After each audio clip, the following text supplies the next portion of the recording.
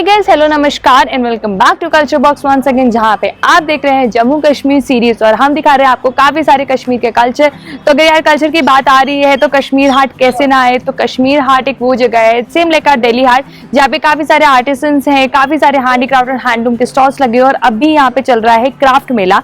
तो क्राफ्ट मेला में हम लोग आ चुके हैं और सबसे पहले हम लोगों ने यहाँ पे एंट्री मारी है क्रिबल आर्ट या फिर कहे chain stitch embroidery of Kashmir के। तो गाइस ये काफी खास होती है ये वाली एम्ब्रॉयडरी, हम आपको दिखाएंगे आज किस तरीके से ये वाली एम्ब्रॉयडरी करी जाती है। गाइस अभी हमारे साथ है इस क्राफ्ट क्लस्टर की रिप्रेजेंटेटिव रिहाना। तो Rihana, first of all thank you so much हमारे साथ इस ब्लॉग में आने के लिए। Hi and first of all मैं चाहती हूँ कि आप एड्रेस करें हमारे व्यूअर्स को अबाउट कश्मीरी में, थोड़ा जैसे कि एड्रेस करते हैं, और साथ ही आप थोड़ा अपने बारे में बताइए। अस्सलाम वालेकुम, मेरा नाम रिहाना है और मैं ये नूरारी क्लस्टर में काम कर रही हूँ लास्ट 3 साल से एज अ क्लस्टर कोऑर्डिनेटर। चलिए मैं आपको अंदर लेके जाती हूँ कि हम क्या क्या काम करते हैं। श्योर। तो गाइस अब हम लोग आ गए हैं इस स्टॉल के अंदर। तो सबसे पहले मैं रिहाना से बात करती हूँ कि रिहाना, आप अपने क्राफ्ट क्लस्टर के बारे में बताइए, कैसा है, कैसे काम करते हैं, कितने लोग काम करते हैं वहाँ पे। हाँ, ये एक्चुअली स्टार्ट हुआ था अगस्त 2018 में। तो ये Jhelum Tawi flood recovery project के साथ एक प्रोजेक्ट है।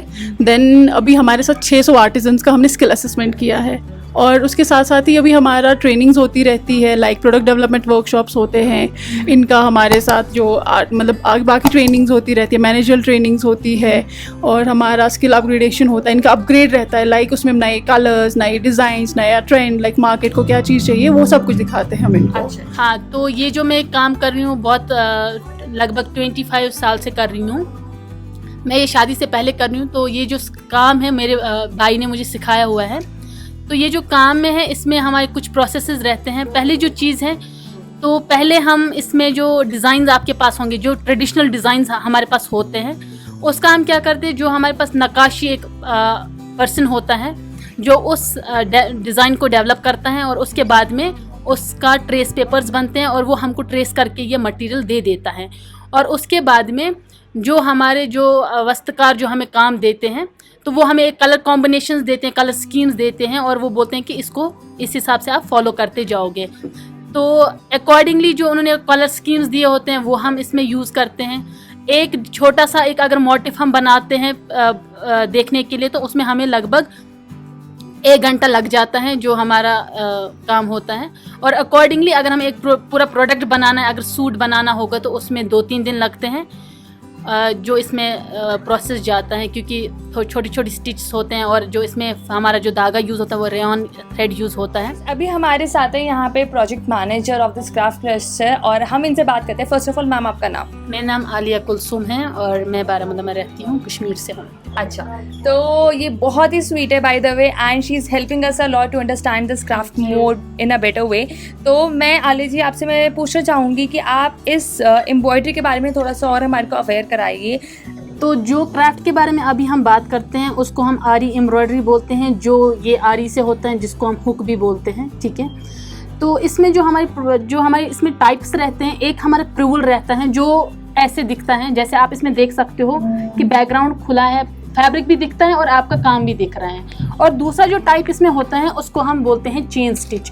जैसे चेन स्टिच में हालांकि स्टिचेस ये चेन ही होते हैं हर दोनों टाइप में, बट इसमें जैसे आप देख सकते हैं कि इसमें कोई भी आपको फैब्रिक नहीं दिख रहा है, ये पूरा एम्ब्रॉयडरी ही होता है, ये मतलब फुल कवरेज होती हैं।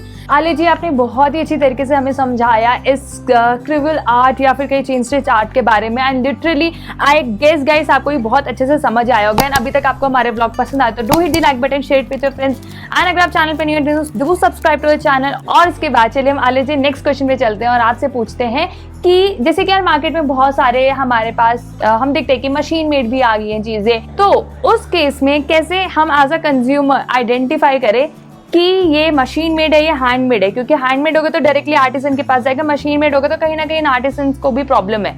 तो वो चीज़ हम कैसे आइडेंटिफाई करें वो जरूर हमारे कंज्यूमर को बताइए। जैसे एज ए कस्टमर, जैसे मैं अभी अगर कस्टमर की बात करती हूँ तो उनको वो विजुअल कंपैरिजन नहीं पता चलता कि मशीन का कौन सा है और हाथ का कौन सा है। पहला डिफरेंस तो मैं बताऊंगी जो प्राइस पॉइंट का होगा ही होगा डेफिनेटली, क्योंकि आपको मशीन का सेम डिज़ाइन आपको ये 500 रुपये में या 600 रुपये में भी मिल जाएगा ये स्टोन। तो अगर अगर आप हाथ का लेंगे तो ये 4-5 हज़ार रुपये में मिल जाएगा, ठीक है। तो जो कोई भी एक काइंड ऑफ आर्ट के नाम पे एक थोड़ी सी सस्ती चीज़ भी होती है, वो मशीन का ही काम होता है, हाथ का काम तो हो ही नहीं सकता है। और दूसरी बात जो हमारा हाथ का काम होता है उसमें आप जो भी धागा का सिलेक्शन करते हो, जैसे आप इस वाले फूल पे थोड़ा सा जूम करके बताएंगे, जैसे ये एक कलर का है, ये दूसरे कलर का है, ये दूसरे कलर का है, ये तीसरे कलर का है, तो ये सब चीज़ पॉसिबल होता है हमेशा हाथ से ही, क्योंकि आर्टिजन जैसे उन्होंने इतना वाला मोटिव का हिस्सा बनाया तो काट लिया धागा, और ये वाला पोर्शन बना लिया तो धागा काट लिया। मशीन में क्या चलता है, मशीन में पूरा कंटिन्यूटी में चलता है, और उसमें मोस्टली आप देखेंगे डबल डाई या 3-4 डाई एक ही जो उनके पास हैंक होता है धागे का, उस पर डबल ट्रिपल डाई एक ही कलर का होता होगा, और उस हिसाब से वो यूज़ करते हैं। आलिया, मुझको एक चीज़ बात और बताइए कि ये जो क्रूअल या फिर चेन स्टिच आर्ट जो है ये कहाँ से निकला, हिस्ट्री क्या है और कैसे ये कश्मीर में आया?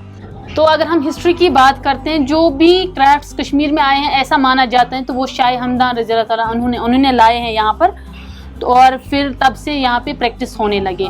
तो आरी एम्ब्रॉयडरी भी उन्होंने ही यहाँ पे लाया हुआ है, और फिर मॉडिफिकेशंस तो होते रहते हैं। पहला जो वो बोलते हैं कि पहला स्टिच तो उनके थ्रू ही आया है, बाकी फिर तो मॉडिफिकेशंस होते गए, ये ट्रेडिशनल से कंटेम्प्रेरी बनता गया, तो वो फिर लोगों के एफर्ट्स रहे। तो एक तरह का पर्शियन आर्ट है ये। हाँ, ये लगभग ईरान से ही आया है। ईरान से आया। ये भी बताइए कि जो अगर मैं कोई भी प्रोडक्ट लेती हूँ जिसमें ऐसे इंट्रिकेट स्टिचेस हो रखे, एम्ब्रॉयडरी हो रखी है, तो उसका वॉशिंग केयर या फिर उसका हम लोग कैसे हैंडल करें ताकि वो लॉन्ग लास्टिंग हो और साथ ही वो उसका जो चमक है, उसकी जो क्वालिटी है वो बने रहे? केयर की बात अगर हम करते हैं, जो क्राफ्ट्स का जो केयर चाहिए, तो उसमें हम ऐसे बोलते हैं जो हर कोई अफोर्ड नहीं कर सकता है क्राफ्ट लेना। इसका बिल्कुल ये मतलब नहीं होता कि उनके पास पैसे नहीं है, इसका ये मतलब होता है कि जो इसमें अल्टीमेट केयर जाता है, चाहे आप पश्मीना की बात करो, चाहे आप आरी एम्ब्रॉयडरी की बात करो, या फिर जो भी क्राफ्ट्स हैं उनको बहुत, क्योंकि ये बहुत डेलिकेट होते हैं हर एक चीज़। तो जैसे अभी जो हम आरी एम्ब्रॉयडरी बनाते हैं, जैसे हम रेयॉन थ्रेड यूज़ करते हैं या वूल थ्रेड यूज़ करते हैं, तो उसका वॉशिंग ऐसे होना चाहिए कि मोस्टली आप ड्राई क्लीन कर दीजिए, सो दैट कि आपका कोई भी कलर ब्लीड ना हो जाए, कुछ भी ना हो जाए। क्योंकि जो हम खुद वॉश करते हैं, जैसे जो यहाँ का पानी होगा वो अलग, उसके अलग प्रॉपर्टीज़ हो सकते हैं, या जो कहीं और पे होगा वो अलग, कहीं पे सैलिन वाटर होता है, कहीं पर ऐसा पानी होता है जो बहुत हार्ड होता है, तो उसकी वजह से कलर ब्लीड होने का खतरा रहता है। तो हमेशा जो इसका वॉशिंग जो आप करवाते हो, जो दूसरी वॉशिंग या तीसरी वॉशिंग, जब भी वॉशिंग कराते हो तो एक्सपर्ट से ही करवाएं, खुद से ना करें। और तीसरी जो एक और चीज़ है, जैसे आप इनको स्टोर कर रहे हैं तो या कुछ जो हमारे पास नेफ्थलीन बॉल्स आती हैं या फिर कुछ भी जिससे वो कीड़ा वगैरह उसमें ना लग जाए, क्योंकि जैसे आपके पास वूल की चीज़ें हैं तो उसमें यूजुअली फिर कोई एक कीड़ा लग सकता है, जो क्लॉथ मॉथ होता है वो लग सकता है। तो वो सब चीज़ को यूज़ कर लेना चाहिए, सो दैट कि आप उसको सालों साल तक ऐसे ही रखें जैसे वो आपने लाया हो। बट हाँ, डेफिनेटली उसको यूज़ भी करें, इट्स नॉट कि आप उसको सिर्फ बंद करके रख दें। So guys, this is it for this vlog, जहाँ पे आज हमने आपको दिखाया कि क्रूअल स्टिच या फिर चेन स्टिच की ये क्राफ्ट किस तरीके से करी जाती है फ्रॉम नुरारी क्राफ्ट क्लस्टर कंपनी। ये एक तरह का आर्टिसन बेस्ड कंपनी है, और ये दोनों रिप्रेजेंटेटिव्स ने हमारे को बहुत अच्छी तरीके से इसका हिस्ट्री और प्रोसेस ऑफ मेकिंग समझाया। तो आप पीछे वॉइस सुन रहे होंगे guys, this is from the Kashmir heart craft cluster events. But अभी आपने देखा पूरा का पूरा इस एम्ब्रॉयडरी के बारे में।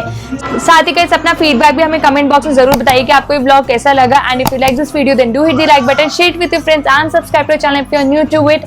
Also guys, अगर आपको इस क्राफ्ट क्लब के साथ कनेक्ट होना और आप भी चाहते हैं कि आर्टिसंस भी आगे बढ़ चढ़ के हैं और आर्ट फॉर्म को और हम आगे ले जाएं, तो फिर आप डायरेक्टली इनसे कनेक्ट हो सकते हैं। इनका पूरा कॉन्टैक्ट डिटेल डिस्क्रिप्शन में या भी फ्लैश भी हो रहा होगा वीडियो पे। और हम स्पेशल थैंक करना चाहेंगे डायरेक्टर ऑफ हैंडीक्राफ्ट को, वहाँ के डायरेक्टर, जॉइंट डायरेक्टर्स और जितने भी रिप्रेजेंटेटिव है who are actually working with us and helping us to connect with this artisans. So special thanks to them. अब आपसे मिलते हैं नेक्स्ट व्लॉग में नए आर्टिसन के साथ, एक नए क्राफ्ट क्लस्टर, एक नए आर्ट फॉर्म को लेकर। तब तक बाय बाय, बी सेफ, नमस्कार और मिलते हैं जल्दी।